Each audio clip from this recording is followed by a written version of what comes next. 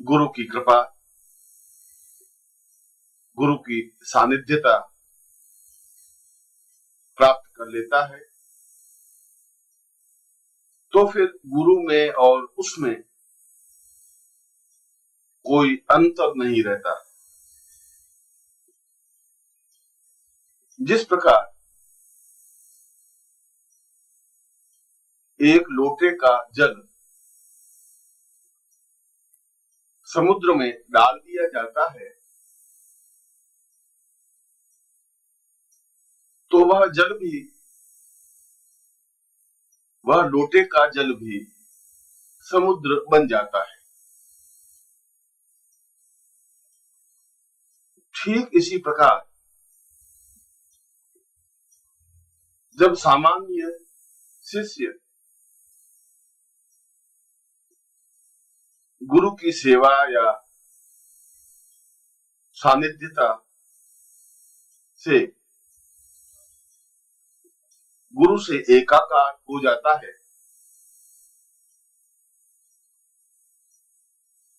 तो वह पूर्ण गुरुमय बन जाता है और इस गुरुमय बनने की क्रिया को ही सिद्धि कहा जाता है। क्योंकि असीम और असंख्य सिद्धियों के पुंज को गुरु कहा गया है। गुरु कोई एक विशेष साधना या कोई विशेष सिद्धि को नहीं कहा गया, वह तो हजारों हजारों साधनाओं और सिद्धियों का समवेत स्वरूप है। जब शिष्य गुरु दीक्षा और गुरु मंत्र के साथ साथ गुरु सेवा और गुरु की सानिध्यता प्राप्त कर लेता है, तो वे सिद्धियां स्वतः ही गुरु के द्वारा शिष्य को प्राप्त हो जाती है। फिर उस व्यक्ति को,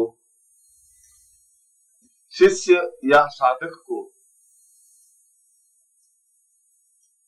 देवताओं के सामने गिड़गिड़ाना नहीं पड़ता, हाथ जोड़ना नहीं पड़ता, रोना या आरती उतारना नहीं पड़ता, क्योंकि वह अपने पुरुषार्थ के बल पर उन सिद्धियों को अपने सामने नतमस्तक कर देता है जो उसकी संपूर्णता के लिए आवश्यक है। इसके लिए निरंतर गुरु मंत्र जप श्रेष्ठतम है। केवल शब्दों से ही नहीं, केवल मुंह या होठों से ही नहीं, अपितु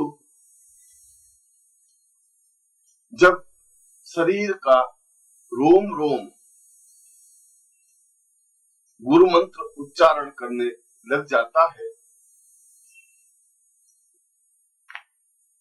तब समझना चाहिए कि साधक के शरीर में पूर्ण रूप से गुरु समावेश हो चुके हैं। जब सोते, जागते, उठते, बैठते, नींद लेते, विश्राम करते या कार्य करते समय भी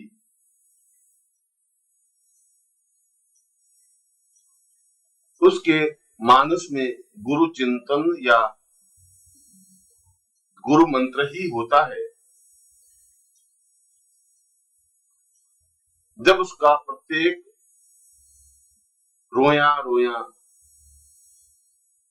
गुरु मंत्र उच्चारित करने लग जाता है तो वह मनुष्य केवल साधक या शिष्य ही नहीं रहता, वह सही अर्थों में गुरुमय बन जाता है। और गुरुमय बनने का तात्पर्य गुरु के पास जितनी भी सिद्धियां हैं उन सबको एक बार की ही प्राप्त कर लेने की प्रक्रिया। और जब वे सिद्धियां प्राप्त हो जाती हैं तो स्वतः ही देवी कृपा उसे अनुभव होने लगती है। स्वतः ही उसके शरीर और व्यक्तित्व में आकर्षण और सम्मोहन सा आ जाता है। स्वतः ही उसकी जबान में एक प्रभाव व्याप्त हो जाता है। उसके गले में सरस्वती स्थापित हो जाती है। उसके नेत्रों में सूर्य की प्रखरता और चंद्रमा की शीतलता प्रतीत होने लगती है। स्वतः ही उसका सारा शरीर एक विशेष ऊर्जा या प्रभाव से व्याप्त हो जाता है। और वह जिस क्षेत्र में भी होता है उस क्षेत्र में तेजी के साथ अग्रसर होने लगता है, क्योंकि अब वह सामान्य मनुष्य ही नहीं रहा, अपितु उसके साथ गुरु, उसके साथ हजारों लाखों सिद्धियां और उसके साथ देवताओं की कृपा, सहयोग और सामीप्यता भी होती है। और यह सब बहुत ही कम बिरले लोगों को प्राप्त होती है। ऐसा ही व्यक्ति अपने क्षेत्र में अद्वितीय बनता है।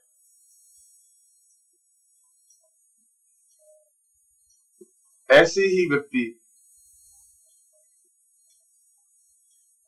के सामने समस्याएं व्याप्त नहीं होती, बाधाएं और अड़चने स्वतः दूर हो जाती है और उसका रास्ता प्रशस्त हो जाता है। उसके पैरों में गति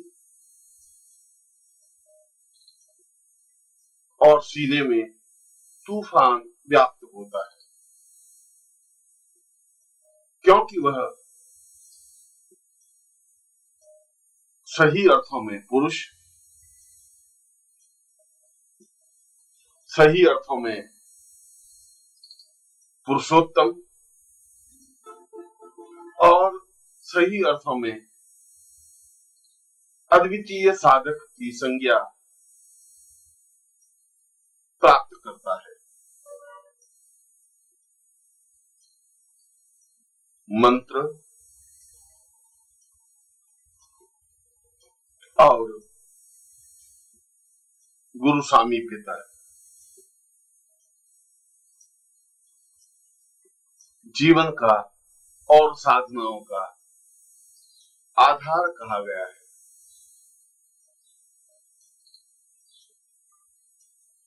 और केवल अपने पूरे शरीर को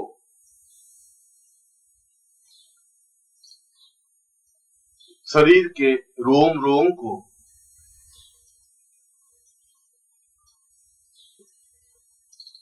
गुरुमय बना देने की प्रक्रिया ही साधना कही जाती है।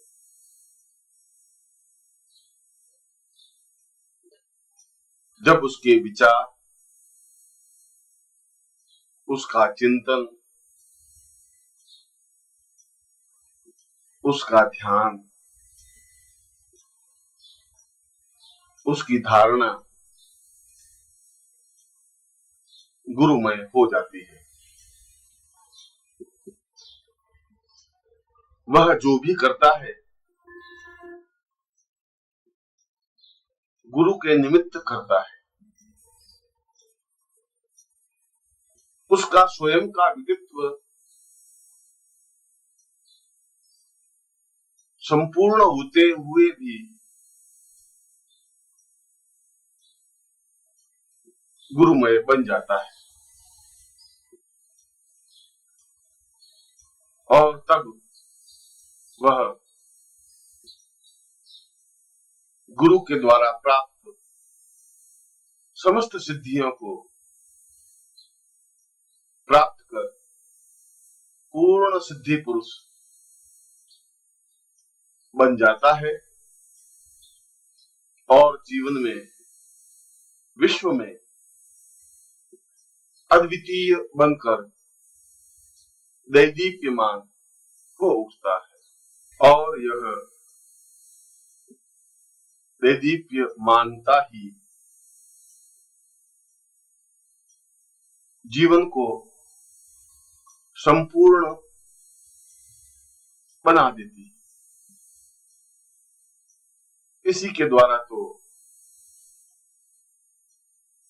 व्यक्ति समाज में, देश में और विश्व में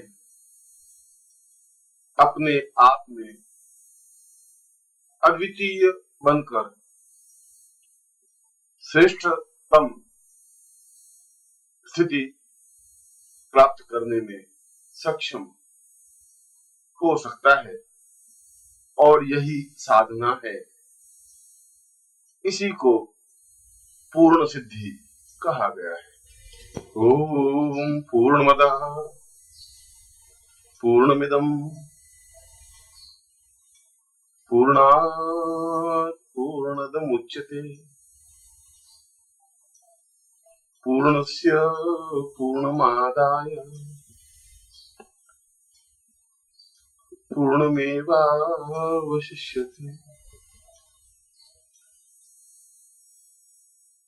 नमस्कार। अगर आप सद्गुरुदेव डॉक्टर नारायण दत्त श्रीमाली जी के दीक्षित हैं या फिर आपके पास उनसे जुड़े हुए कोई भी अनुभव है तो नीचे दिए गए हुए नंबर पर वीरल पटेल जी को मैसेज कीजिए या फिर फ़ोन कॉल कीजिए और अपने अनुभव ज़रूर शेयर कीजिए। डॉक्टर नारायण दत्त श्रीमाली जी के आत्मकथा का संकलन करने में मदद करें। धन्यवाद।